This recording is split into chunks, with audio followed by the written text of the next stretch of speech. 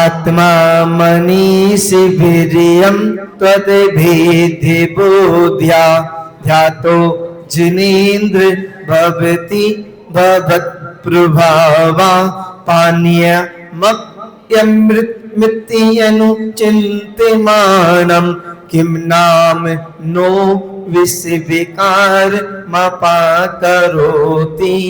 हो अभिन्न तुम मुझसे प्रभुवर ऐसे बुद्धि से ध्याते, तज विकार तेरे प्रभाव से तेरे सम ही बन जाते। हे अमृत है यूं से ढाकर पानी पीता जो इंसान, क्या वह पानी विष विकार को दूर नहीं करता विद्वान। यहाँ पर आचार्य महाराज बतला रहे हैं, अभी आचार्य श्री ध्यान की ओर ज्यादा फोकस कर रहे हैं। अब उसके बाद में कल मिथ्यात्व की ओर फोकस करेंगे। उसके बाद में परसों से अपन भगवान के अष्टाध्यायों के बारे में समझेंगे। ध्यान के विषय में इसलिए आचार्य महाराज फोकस कर रहे हैं, इसलिए ज्यादा आप लोगों को प्रेरणा दे रहे हैं, क्योंकि यदि किसी को भी मुक्ति की प्राप्ति होती है ना, तो वो ध्यान के माध्यम से होती है। किसी को भी यदि मोक्ष की प्राप्ति होगी तो ध्यान के माध्यम से, किसी को यदि कुछ भी प्राप्त होगा तो वह ध्यान के माध्यम से। ध्यान आप जिस तरीके से ध्यान करोगे तो आपको उस तरीके से वस्तु की प्राप्ति हो जाएगी। आप यदि संसार का ध्यान करोगे तो आपको संसार की प्राप्ति होगी। ध्यान करना मैं पहले भी बता चुका हूं आप लोगों को कि केवल आप स्थिर बैठकर अपनी आंखें बंद करके आप यदि मन में सोचो विचार करो, वही केवल ध्यान नहीं है। आप लेटे लेटे भी, चलते चलते भी, काम करते करते भी, कुछ भी करते हुए भी यदि मन में विचार करोगे कि दूसरा व्यक्ति बहुत बुरा व्यक्ति है, दूसरा बहुत बुरा व्यक्ति है, बहुत बुरा व्यक्ति है, तो ध्यान करना कि आपका जो ध्यान कहलाएगा, कौन सा ध्यान कहलाएगा? आपका अशुभ ध्यान कहलाएगा। कौन सा ध्यान? अशुभ ध्यान। और कैसा ध्यान? सामने वाला बुरा व्यक्ति है, सामने वाला बुरा व्यक्ति है, सामने वाली बुरी महिला है, तो क्या होगा? आप स्वयं बुरे बन जाओगे। आप अपने मन में विचार करोगे, सामने वाली महिला झूठ बोलती है, सामने वाला पुरुष झूठ बोलता है, और बार बार अपने मन में विचार करोगे, अपने मन में बार बार उसी बात को लेकर आओगे, तो आपका ये ध्यान कहलाएगा, अशुभ ध्यान कहलाएगा।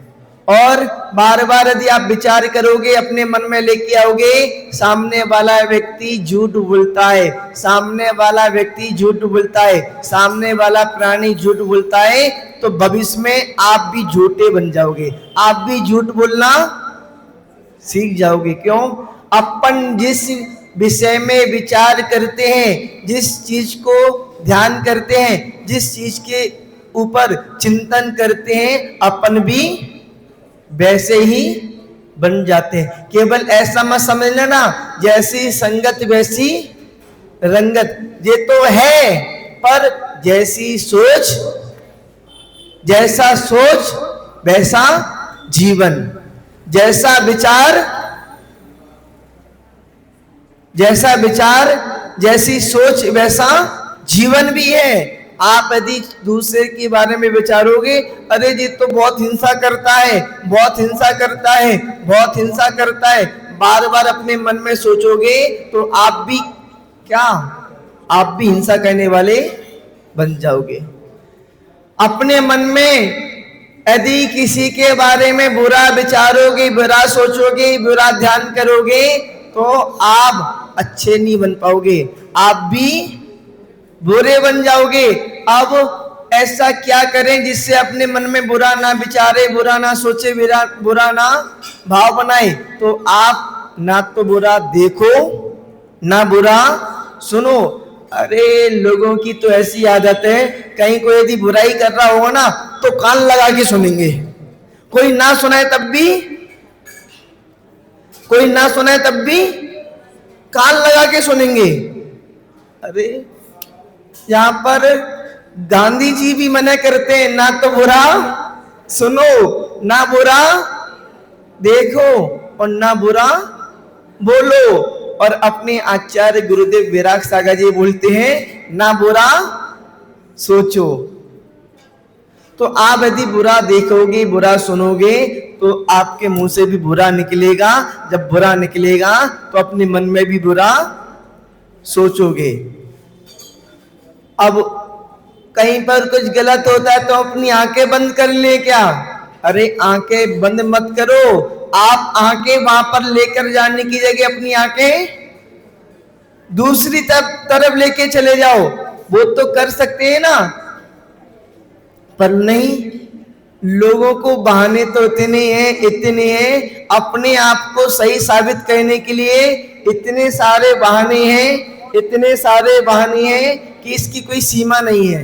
इतने सारे बहाने की इसकी कोई सीमा नहीं है।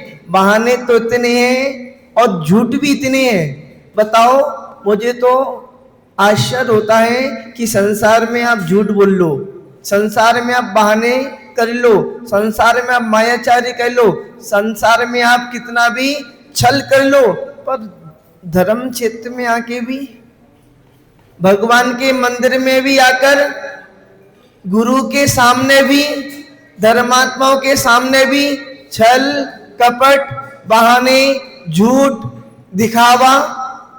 आप क्या कर रहे हो? क्या करना चाहिए था और क्या कर रहे हो?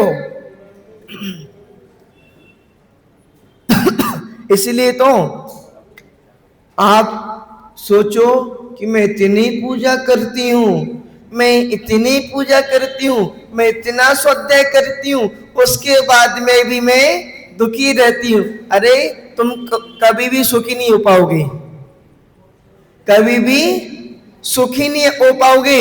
सुखी होने के साथ साथ आपकी जो हरकत है ना वो भी सही होना चाहिए। जब आपकी हरकतें सही हो जाएंगी तो आप ऑटोमेटिक सुखी होने लगोगे।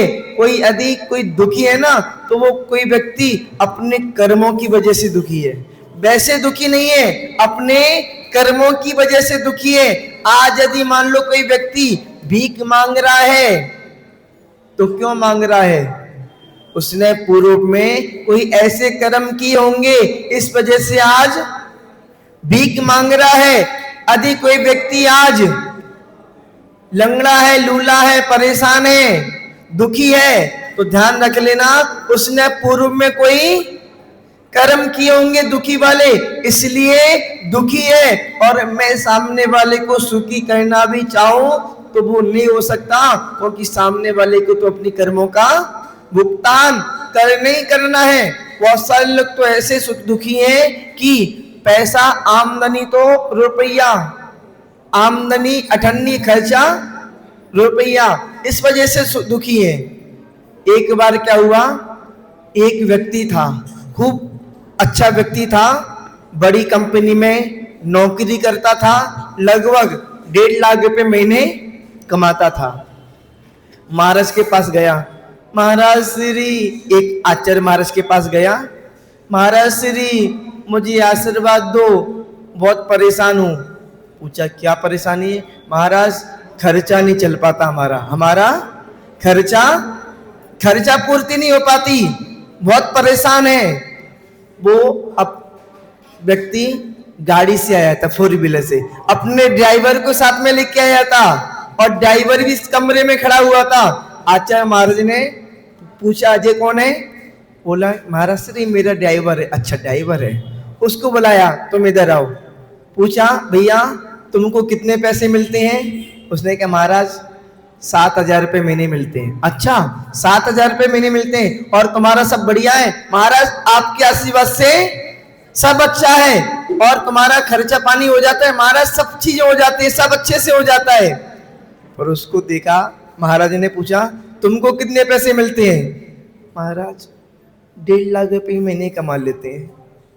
महाराज ने बोला तुम 1.5 लाख रुपए महीने कमाने के बाद में भी अपने खर्चे पूरे तो नहीं कर पा रहे, और ये 7,000 रुपए महीने कमाने के बाद में भी खुश है और इसका खर्चा पूरा हो रहा है। क्यों?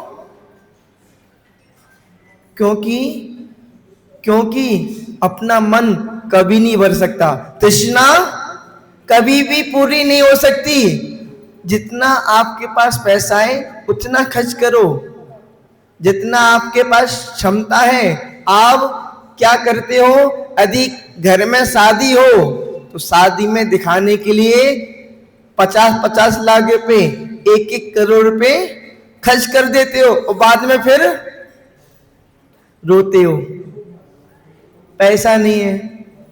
अरे भैया जरूरी थोड़ी है, लड़कियों का भी बहुत बेकार माहौल हो गया है। लड़कियां इतनी पढ़ लिख गई हैं, इतनी पढ़ लिख गई हैं कि वो पैसे कमाने लगी तो अपने आप को इतना बड़ा मानती है कि अपने सामने किसी को कुछ समझती नहीं है, अपने सामने किसी को कुछ समझती नहीं है।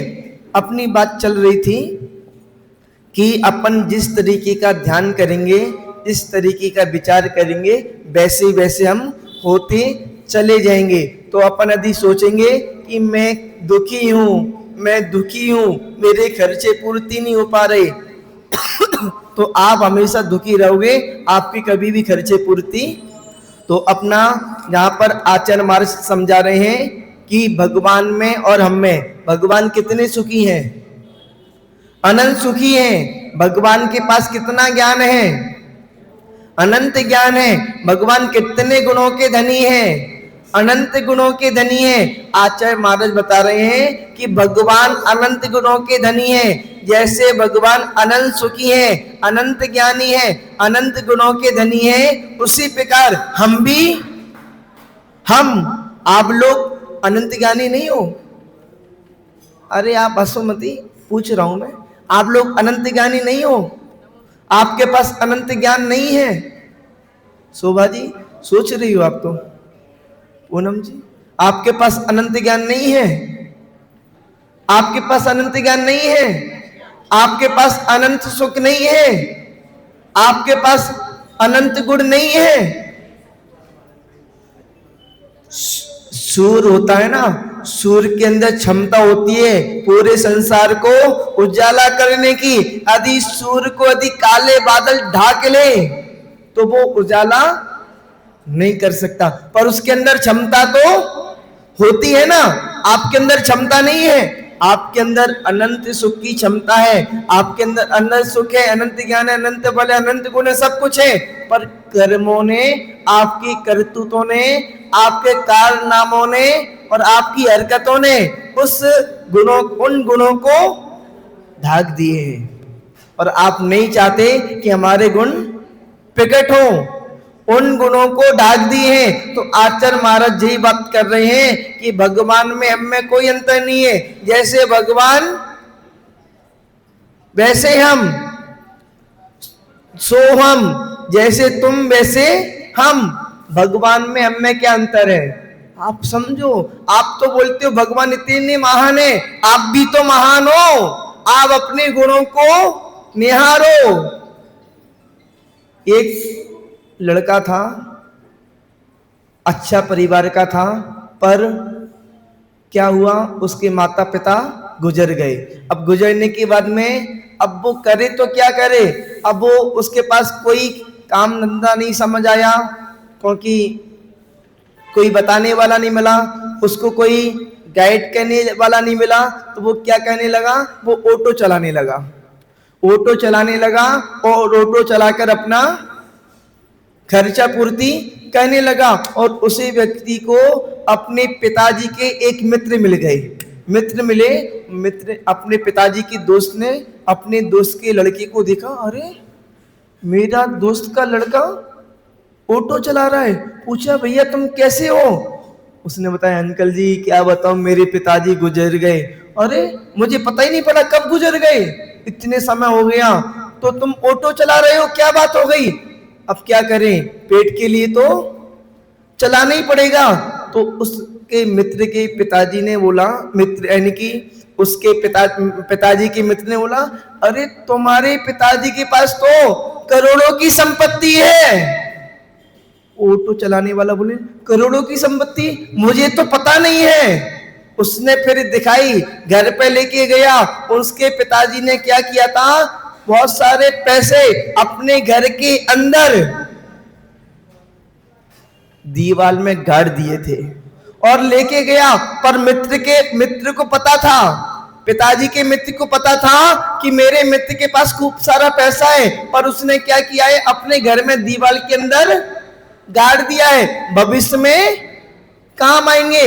पहले के समय में बैंक नहीं हुआ करती थी, पहले के समय में बैंक नहीं होते थे। पहले के समय में यदि किसी के पास पैसे हुआ करते थे तो क्या करते थे, जमीन में गाड़ देते थे, बाद में भविष्य में काम आएंगे। और आज के समय में यदि किसी के पास पैसे होते हैं तो बैंक में जमा कर देते हैं, तो उसने भविष्य के लिए गाड़ दिए थे, भविष्य में कभी भी काम आ सकते हैं। पर बेटे को पता नहीं था। पिताजी के मित्र उसको घर पे लेके गए और घर पे लेके जाने के बाद में उससे दीवार खुदवाई, और दीवार खुदवाई, देखा इतना धन, वो एकदम चौंक गया, अरे मेरे पास इतना धन। उसने फिर दूसरे दिन से ऑटो चलाना और फिर बड़ा खूब अच्छा संपत्तिशाली बन गया। हमारे अंदर अपनी शरीर के अंदर इतना ज्ञान गड़ा हुआ है, इतना सुख गड़ा हुआ है, पर अपन को पता ही नहीं है। महाराज बताते हैं, आपकी आत्मा के मित्र साधु बताते हैं कि आपके अंदर खूब सारा धन है, पर आपको समझ ही नहीं आता, आपको समझ नहीं आता। आप सुन लेते हो पर विश्वास नहीं करते। आपके अंदर अनंत ज्ञान है, भगवान में आप में कोई अंतर नहीं है। भगवान ने क्या है, अपनी आत्मा के सुख को पिकअप कर लिया, कर्मों को नष्ट कर दिया। और आप कर्मों को नष्ट करने की तो बात दूर, कर्मों को बांधते जा रहे हो, कर्मों को बांधते जा रहे हो। कैसे बांधते जा रहे हो? झूठ बोलकर, चोरी कर कर, मायाचारी करके, क्रोध करके और कसाई करके, लोभ करके, पापों को करके और छल करके, कपट करके। आप क्या कर रहे हो? छल कपट करने से पुण्य की प्राप्ति होगी, झूठ बोलने से पुण्य की प्राप्ति होगी। आप कर्मों को बांधते चले जा रहे हो, जबकि यदि आप देव सास गुरु के सानिध्य को प्राप्त कर लिया है तो आपको अपने कर्मों को नष्ट करना चाहिए था, पर आप नष्ट करने की जगह बांधते जा रहे हो। तो आपको कभी भी अपने अंदर के आत्मा के सुख की प्राप्ति नहीं हो पाएगी, कभी भी आपको अंदर के ज्ञान की प्राप्ति नहीं हो पाएगी। आप कितनी भी कोशिश कर लो, हम सुखी हो जाएं। अरे सुखी कैसे हो जाओगे? सुखी कहने वाले काम तो करो, सुखी होने वाले काम तो करो। आप सुखी होने वाले काम तो करना नहीं चाहते और सुखी होना चाहते हो। आप काम करो सुखी होने वाले, तो आप भी सुखी हो जाओगे। और फिर बाद में आचार्य महाराज ने बताया, जैसे कोई जल होता है ना, जल पानी होता है, पानी अमृत तो नहीं होता, पानी कोई औषधि तो नहीं होती। यदि पानी को पढ़ दिया जाए, निरंतर चिंतन किया जाए कि औषधि है, और उस पानी को यदि किसी बीमार व्यक्ति को पिला दिया जाए ना, तो बीमार व्यक्ति भी सही हो जाता है।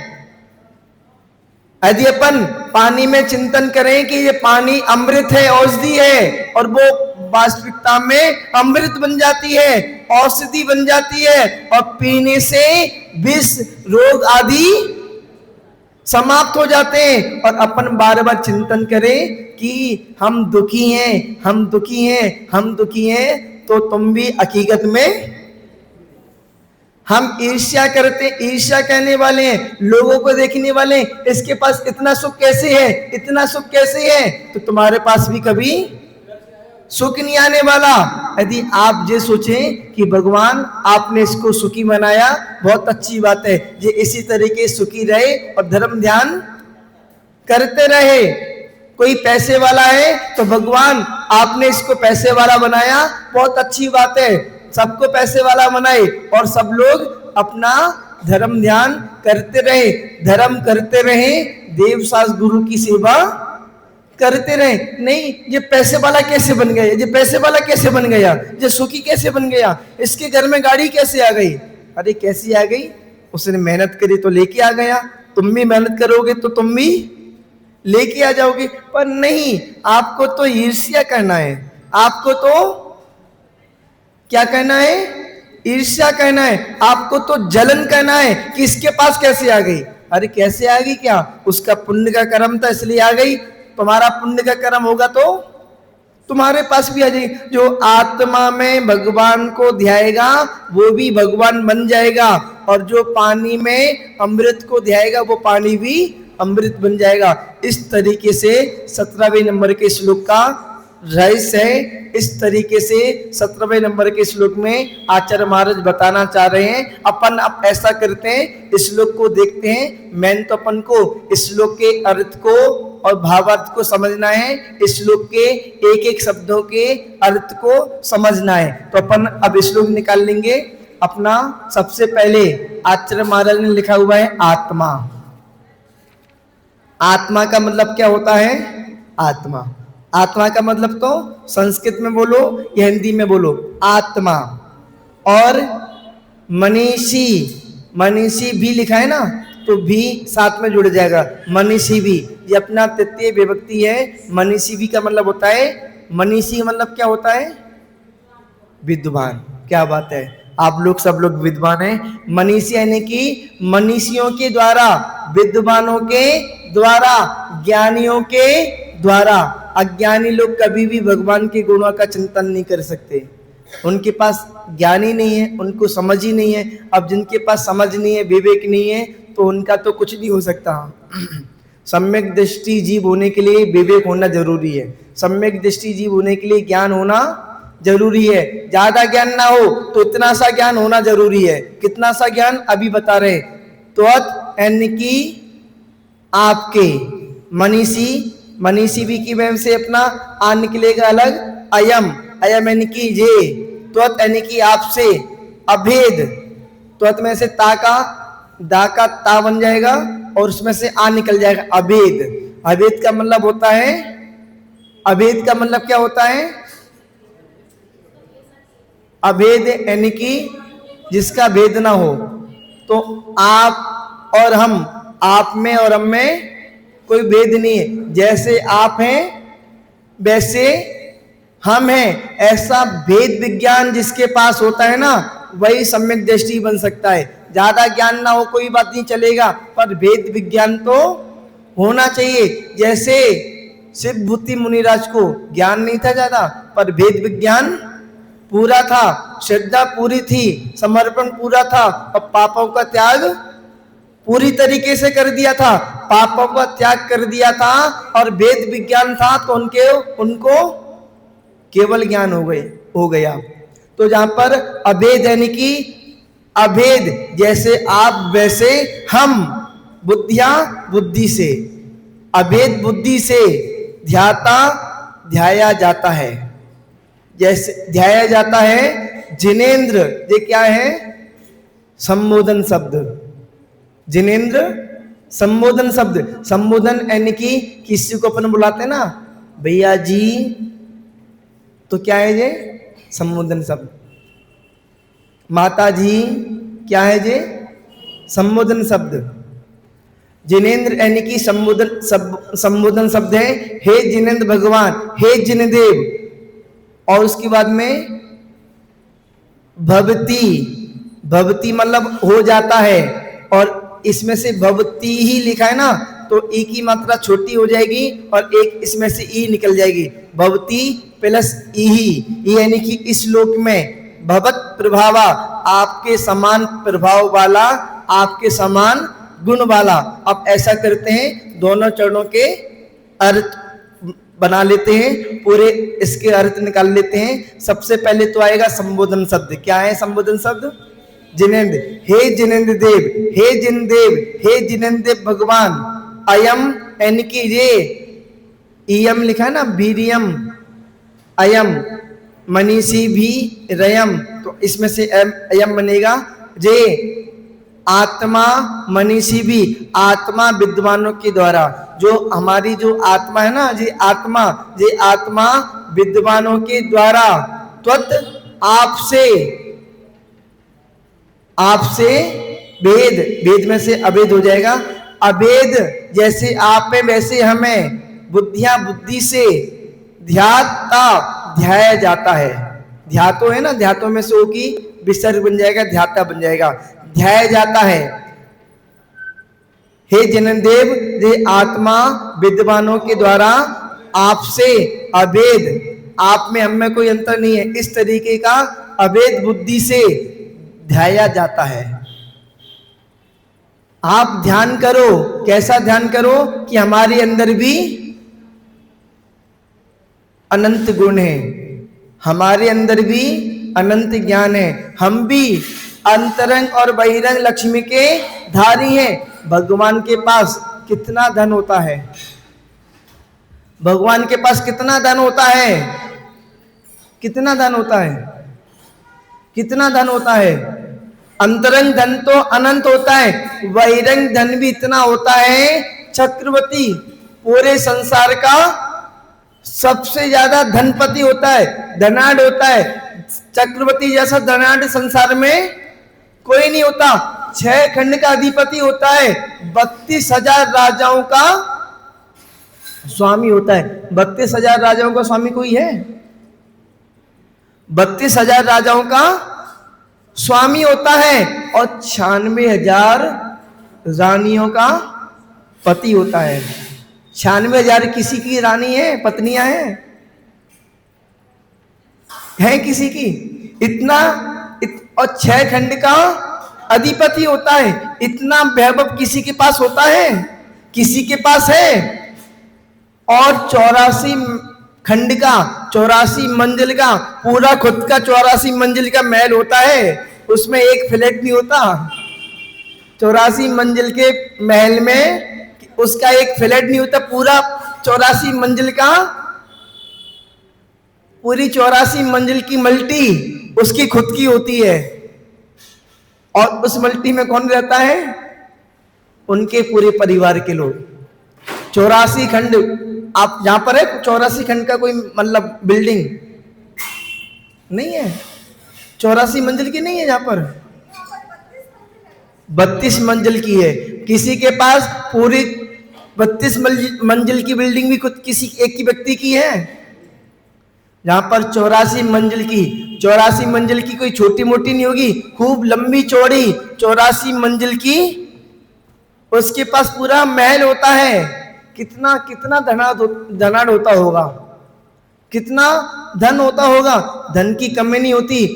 चक्रवर्ती होता है ना कि मिक्षिक दानी होता है। कोई भी व्यक्ति उसके पास पहुंच जाए, केवल मुंह से बोल दे कि मुझे ये वस्तु चाहिए, तो चक्रवर्ती कभी भी मना नहीं करता कि मिक्षित दान देने वाला होता है। कोई पहुंच जाए कि मुझे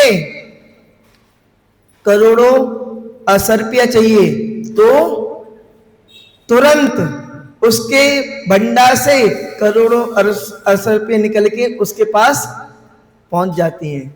दान देने से कभी भी धन समाप्त नहीं होता। दान देने से कभी भी अपनी खजाना खाली नहीं होता, बल्कि बढ़ता चला जाता है। तो अपनी बात चल रही थी कि चक्रवर्ती इतना धनपति होता है, इतना वैभवधारी होता है। और चक्रवर्ती को एक बार क्या हुआ, इतना वैभव होने की वजह से अहंकार आ गया कि मैं सबसे ज्यादा धनपति हूं, सबसे ज्यादा धनाढ़ हूं, मेरे पास सबसे ज्यादा संपत्ति है। इस तरीके से अहंकार आया और अहंकार में भगवान के समोसन में जाने लगा। जैसे ही भगवान के समोसन में जाने लगा, भगवान के समोसन के करीब पहुंचा तो वहां पर क्या देखा मालूम है? क्या देखा? आप लोगों को नहीं पता। भगवान के समोसन में पहुंचने के बाद में उसने, चक्रवर्ती ने देखा भगवान के समोसन के बाहर खूब सारे रत्नों के ढेर लगे हुए हैं। रत्नों के, हीरे मोती पन्ना आदि के ढेर लगे हुए हैं। जैसे उसने ढेर को देखा तो उसका अहंकार टूट गया। उसने सोचा मेरे पास तो कितना धन है, वो भी भंडार गिरे में रखा हुआ है, और जहां पर तो रत्नों के ढेर लगे हैं। ये सब भगवान का ही प्रभाव होता है, भगवान का ही ये बहिरंग धन कहलाता है, बहिरंग संपत्ति कहलाती है, बहिरंग संपदा कहलाती है। भगवान के पास जो समोसन होता है ना, ये क्या कहलाता है? बहिरंग लक्ष्मी। जितना भी आपको इतना अष्टप्रात्यार दिखाई देते हैं, इतने 12 सभाएं दिखाई देती हैं, 8 भूमियां दिखाई देती हैं, खूब संपत्ति दिखाई देती है, ये सब भगवान की क्या है? बहिरंग लक्ष्मी है। और भगवान के पास अंतरंग लक्ष्मी तो होती है, पर बहिरंग लक्ष्मी भी होती है। भगवान का जब बिहार होता है ना, लोग कहते हैं लोगों के पास ज्ञान नहीं होता, बस बातें होती हैं। लोगों के पास ज्ञान नहीं होता, केवल बातें होती हैं। 10 लोगों से पूछोगे तो 10 बातें करते हैं, और तो और महाराजों से भी पूछोगे तो 10 महाराज 10 तरह की बातें करते हैं। भगवान का जब बिहार होता है ना, भगवान का भी बिहार होता है, ऐसा नहीं भगवान का बिहार नहीं होता। भगवान का बिहार होता है कि नहीं होता? पंच परमेष्ठी में से कितने परमेष्ठियों का विहार होता है? 4 परमेष्ठियों का विहार होता है। अरिंद परमेष्ठी अपने यहाँ पर जो विराजमान है ना, ये अरिंद परमेष्ठी की प्रतिमा है, चैत भगवान है। कोई कहे कि अरिंद परमेष्ठी मंदिर में विराजमान है, अरे मंदिर में विराजमान नहीं, अरिंद परमेष्ठी विदेह क्षेत्र में विराजमान है। अरिंद परमेष्ठी विदेह क्षेत्र में विराजमान है, मंदिर में फिर क्या विराजमान है? अरिंद भगवान, चैत भगवान विराजमान है। कौन से? आपने नव देवता तो पढ़े ना, नव देवताओं में चैत भगवान भी एक भगवानी कहलाते हैं। आप चैत भगवान के सामने यदि पूजा आराधना करोगे तो आपको उतना ही पुण्य मिलेगा जितना साक्षात अरिंद भगवान के सामने मिला करता है। तो अपनी बात चल रही थी, क्या बात चल रही थी? आप सब लोग भूल जाते हैं, एक कान से सुनते जाते हो, मुझे पता पड़ रहा है। एक कान से इनकमिंग, दूसरे कान से भगवान के पास बहिरंग लक्ष्मी भी होती है जब भगवान का बिहार होता है। ये वाली बात चल रही थी। ऐसा तो नहीं हम बोल रहे हैं आप एक कान से सुन रहे हो, दूसरे कान से निकाल रहे हो। और एक बार क्या हुआ, एक स्कूल में एक टीचर पढ़ा रहे थे तो टीचर ने पूछा, बच्चों बताओ ब्रह्म में और यथार्थ में क्या अंतर है? ब्रह्म में और सत्य में क्या अंतर है? एक बच्चा उठा और बोला, गुरुजी आप पढ़ा रहे हो ये तो सत्य है, ये यथार्थ है, आप इसमें तो कोई झूठ ही नहीं है, और हम पढ़ रहे हैं ये आपका भ्रम है।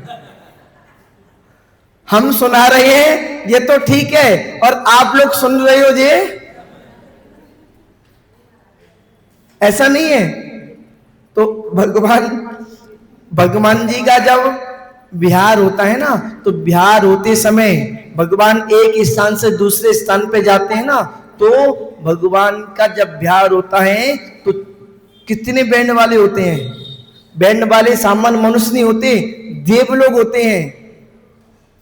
ये बताओ कितने प्रकार के बैंड बजते हैं, कितने प्रकार के वाद्य यंत्र बजाए जाते हैं, ढोल नगाड़े पीपी आदि, पता नहीं कौन कौन से, अपने सतारा और अपने जो होती है ना बांसुरी, पियानो और गिटार, कितने कितने प्रकार के होते हैं। 12.5 करोड़ प्रकार के वाद्य यंत्रों को बजाया जाता है। भगवान का बिहार होता है तो खूब अच्छे से ढोल नगारे आदि आदि बजते जाते हैं भगवान के आगे, भगवान पीछे चलते जाते हैं। भगवान का इतना वैभव होता है, इतना इतना इतना वैभव होता है, तो मुनि राजाओं का नहीं हो सकता क्या? मुनि राजाओं का भगवान के समान तो नहीं। कुछ लोग ऐसा करते हैं कि मुनि राजाओं को भी भगवान के समान कर देते हैं। मुनि महाराजों के ऊपर छत्र लगा देते हैं, मुनि महाराजों के पीछे भामंडल लगा देते हैं, मुनि महाराजों के अगल बगल चमन लगा देते हैं। इस तरीके से नहीं होता मुनि महाराजों का। मुनि महाराजों का होता है वैभव, मुनि महाराजों को सम्मान होता है मुनि महाराज के समान। मुनि महाराजों को सम्मान कैसे होता है? मुनि महाराजों के समान। मुनि महाराजों के ऊपर छत्र लगाते हैं ना, तो वैसे बहुत सारी जगह मैंने देखा है, ऐसा नहीं देखा, आपने भी देखा होगा। वैसे राजाओं के ऊपर तो छत्र लगाते हैं, राजा होते हैं ना, तो राजा जिस सिंहासन पर बैठते हैं उसके ऊपर छत्र लगाया जाता है। पर मुनि महाराजों के ऊपर छत्र इसलिए नहीं लगाया जाता क्योंकि मुनि महाराज होते हैं, भगवान नहीं होते। मुनि महाराज साधु होते हैं, साधक होते हैं, भगवान नहीं होते। उनका सम्मान किया जाता है साधु के जैसा। मुनि महाराज का आगमन होता है तो अपन उनके लिए ढोल बाजे तो कर सकते हैं, उनके लिए पाद प्रचालन कर सकते हैं, आदि आदि जो क्रिया करना हो उतना तो कर सकते हैं। पर भामंडल लगाना, छत्र लगाना, ये अति भक्ति हो जाती है। पर कहीं लगते भी हैं तो हमारा किसी प्रकार का कोई निषेध और पोषण नहीं है, सबकी अपनी अपनी व्यवस्था है। तो भगवान इतने वैभव के धारी होते हैं, भगवान के पास इतना धन संपत्ति होती है कि चक्रवर्ती जैसे ही भगवान के समोसन में पहुंचा तो उसका अहंकार टूट गया कि मेरे पास तो इतना भी धन नहीं है, और जितना धन है वो सब भंडार गृह में रखा हुआ है, और भगवान के यहाँ पर तो फैला पड़ा हुआ है, कोई देखने वाला भी नहीं है। भगवान इतने धन के अधिपति होते हैं। तो जहां पर अपनी बात चल रही थी कि हे जिनेंद्र जी, आत्मा विद्वानों के द्वारा आपसे अभेद, हम भी धन के पति हैं, पर अपन को अपना धन पता नहीं है। अभेद बुद्धि के द्वारा ध्याया जाता है। इस लोक में आपके समान लोक, यानी कि इस लोक में भगवत प्रभावा, आपके समान प्रभाव गुण वाला भवती हो जाता है। यदि आप भगवान का ध्यान लगाओगे तो आप भी भगवान के समान गुण वाले, प्रभाव वाले हो जाओगे। और आप चोर का ध्यान लगाओगे तो आप भी चोर के समान चोरी करने वाले हो जाओगे। आप झूठे का यदि ध्यान लगाओगे, झूठे व्यक्ति का, तो आप भी झूठे व्यक्ति के समान झूठे हो जाओगे। आप यदि पापी का ध्यान लगाओगे, पापी के बारे में मन में विचार करोगे तो आप भी पापी हो जाओगे। और आप भगवान के बारे में विचार करोगे, जैसे भगवान वैसे हम, तो आप भी भगवान के समान प्रभाव वाले, गुण वाले हो जाओगे। बाद में फिर आचार्य महाराज ने नीचे उदाहरण दिया, पानीयम, पानी, अपि भी अमृतम, अमृत है, अनुचिंत्य मानम, निरंतर चिंतन करने से, किम क्या, नाम, यानी कि नाम का ना, यहाँ पर नो लिखा है ना, नो का अपना ओ का विसर्ग बन जाएगा, ना बन जाएगा। अपन पढ़ते ना, विश्वभू ना स्वस्ति स्वस्ति श्री अजिता। एक व्यक्ति मेरे पास आया, महाराज यहाँ पर ना लिखा हुआ, तो ना का मतलब क्या होता है? ना का मतलब विषभ नहीं, अजित नहीं, यानी कि ना का मतलब होता है, ना के साथ में विसर्ग लगा हुआ है। ना का मतलब होता है हमारा, हमारे। ना का मतलब होता है हमारे, यानी कि विषभो ना स्वस्ति, यानी कि आदिनाथ हमारा स्वस्ति कल्याण करे, अजितनाथ हमारा कल्याण करे, 24 भगवान हमारा कल्याण करे। इस तरीके से यहाँ पर स्वस्ति में भगवान के नाम लिए जाते हैं और अपनी कल्याण की कामना की जाती है। नो यानी कि ना, यानी कि हमारे। विष यानी कि विष को, विकारम, विकार को, विष के विकार को या किसी रोग को, अप करोति, करोति यानी कि कर देता है, अप यानी कि भगाना, दूर करना, दूर कर देता है। अब इसका अपन बनाएंगे सेंटेंस। सबसे पहले लगाएंगे किम। किम यानी कि क्या। पानीयम पानी, क्या पानी। अमृतम अमृत है, क्या पानी अमृत है क्या। अमृत नहीं है पानी। पानी अमृत है क्या। हाँ, पानी का वैसे पर्यायवाची नाम अमृत है, पर वास्तविकता में पानी अमृत नहीं है। क्या पानी भी अमृत है। नहीं, पानी तो अमृत नहीं है, पर फिर क्या।